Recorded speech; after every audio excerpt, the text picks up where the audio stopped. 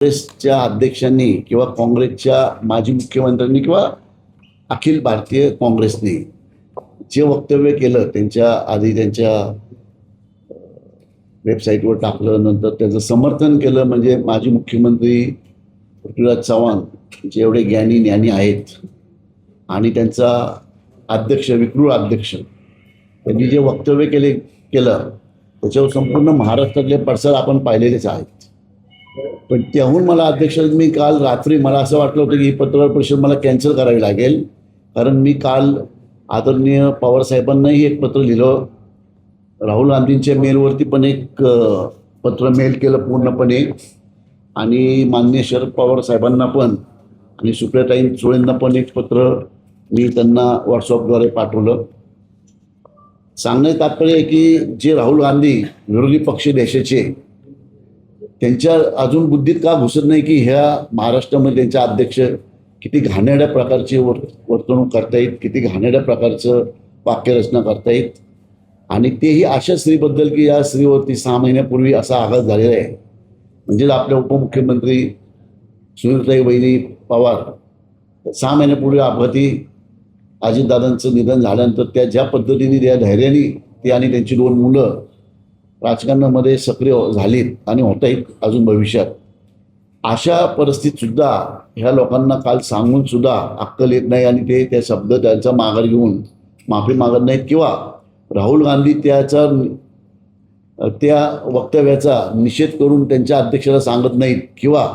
घटक पक्ष त्यांचा राष्ट्रवादी शरद पवार गट पवारसाहेब सुद्धा का सांगत नाहीत हे मला अजूनही आता कोडं पडलेलं आणि आश्चर्य वाटते की जे काँग्रेस महिलांना सक्षमीकरण म्हणून संबोधतं, जी राष्ट्रवादी शरद पवार गट की जे महिलांना 50% आरक्षण दिलं असं जाहीर करतं आणि दिलेलं होतं, त्यांनी पवार साहेबांना महिलांबद्दल जो आदर होता तो आदर कुठे गेला आहे, त्यातली त्यात त्यांची स्वतःची सुनेबद्दलचा आदर कुठे गेला हे माझ्या लक्षात अजूनही येत नाही. माझी त्यांना अजूनही विनंती केली मी ज्या पत्राद्वारे,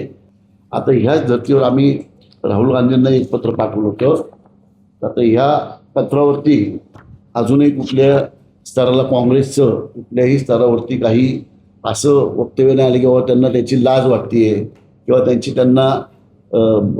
शर्म वाटते, असं कुठलंही चित्र आत्ता तरी डोळ्यासमोर नाही आहे. परंतु माझं आपल्या माध्यमातून असं आव्हान आहे या काँग्रेसवाल्यांना की जर का तुम्ही हे या शब्द मागे घेऊन सुनीताताई वहिनी व महाराष्ट्रातल्या सर्व महिलांची माफी मागितली नाही तर ही गोष्ट खूप गांभीर्याने घेतली जाईल.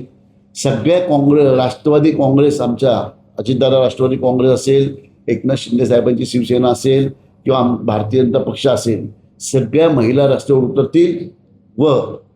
जसं आपल्या विद्यार्थ्यांबाबतीत दिल्लीमध्ये आंदोलन झालं होतं त्याच धर्तीवरती महाराष्ट्रात सगळीकडे आंदोलन होईल. महिला बाबतीत पवारसाहेब असतील, राहुल गांधी असतील, यांनी खूप